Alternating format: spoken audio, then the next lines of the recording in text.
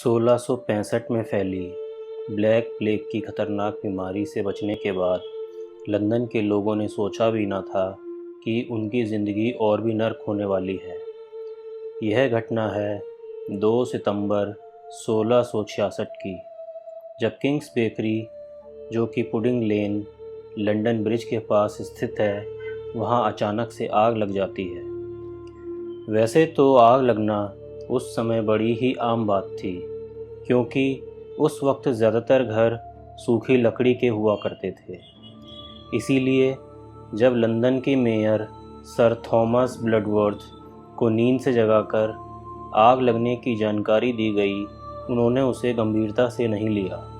देखते ही देखते आग चारों ओर फैल गई और 300 से ज़्यादा घर जलकर खाक हो गए। यह मंज़र और भी खतरनाक हो गया जब तेज़ हवा के झोंके ने आग की लपटों को चारों ओर फैला दिया। आग की लपटों ने उस पंक्ति के सारे छोटे बड़े घरों को अपनी चपेट में ले लिया। उस समय आग बुझाने के बहुत ही सीमित संसाधन हुआ करते थे। लोगों ने बाल्टी से पानी डालना शुरू किया, परंतु सारे उपाय व्यर्थ हो गए। और यही वो समय था जब शहर में पैनिक की स्थिति उत्पन्न हो गई। जैसे जैसे आग फैलती गई, लोग शहर छोड़कर थेम्स नदी की ओर भागे और नाव में सवार होकर बाहर जाने लगे। पूरे शहर में अफरा तफरी का माहौल फैल गया। एक तरफ तो शहर के लोग भाग रहे थे, लेकिन दूसरी ओर गाँव के हज़ारों लोग यह खतरनाक दृश्य देखने पहुंच गए। सैमुअल पेपिस, जो कि प्राइवी सील में क्लर्क थे, उन्होंने जल्दी से किंग्स चार्ल्स II को इसकी जानकारी दी। जानकारी मिलते ही किंग्स चार्ल्स II ने कहा कि जो भी घर आग के रास्ते में है, उन्हें तुरंत गिरा दिया जाए ताकि आग आगे ना फैल पाए। 4 सितंबर तक आधा लंदन आग की लपटों में झुलस चुका था। यह मंजर इतना भयावह था कि किंग्स चार्ल्स ने खुद लोगों की मदद करने की ठानी और खुद पानी की बाल्टियों को लेकर आग बुझाने की कोशिश करने लगे, परंतु वह कोशिश भी नाकाम ही साबित हुई। आखिरी उपाय के रूप में गन पाउडर का इस्तेमाल किया गया ताकि बाकी बचे बीच के घरों को जल्द से जल्द उड़ाकर आग को तेजी से रोका जा सके।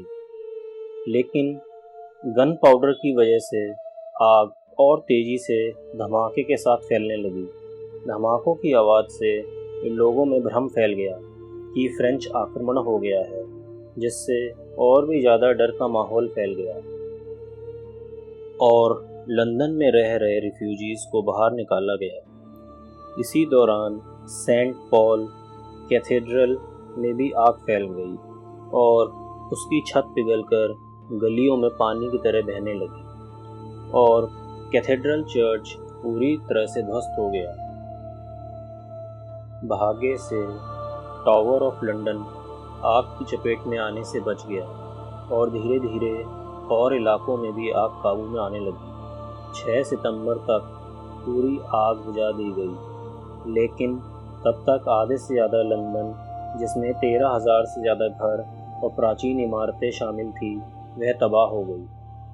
आश्चर्यजनक बात यह है कि इस त्रासदी के दौरान सिर्फ 6 लोगों की मौत हुई, परंतु हज़ारों लोग बेघर हो गए, जिसमें 79 चर्च, 57 हॉल, जेल और बाज़ार पूरी तरह से तबाह हो गए।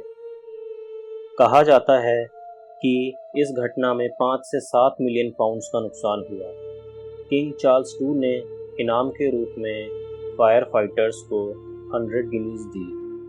जब बाद में इस घटना के कारण को जानने की कोशिश की गई, तब पता चला कि एक गरीब फ्रेंच वॉचमेकर लक्की हुबर्ट ने यह आग जानबूझकर लगाई थी। यह बात पता चलते ही उसे फांसी की सज़ा दे दी गई।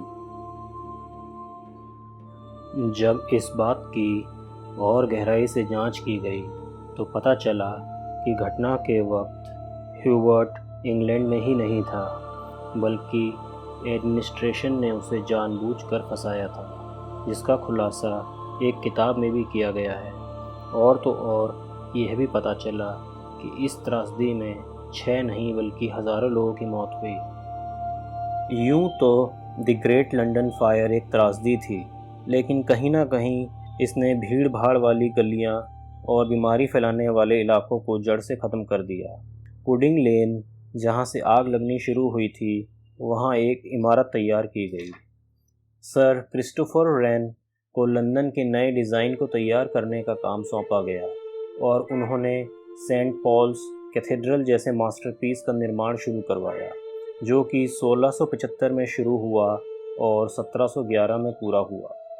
इसके अलावा उन्होंने 52 चर्च और लंदन शहर का निर्माण करवाया, जो कि आज अपने आप में खूबसूरती की मिसाल है।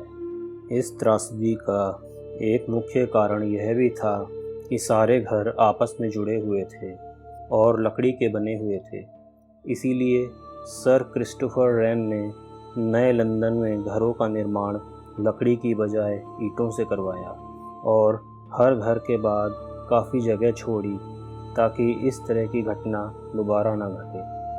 सर क्रिस्टोफर रेन की याद में कैथेड्रल चर्च में अंग्रेजी में गुदवाया गया है, जो कि इस प्रकार है, if you seek this monument look around.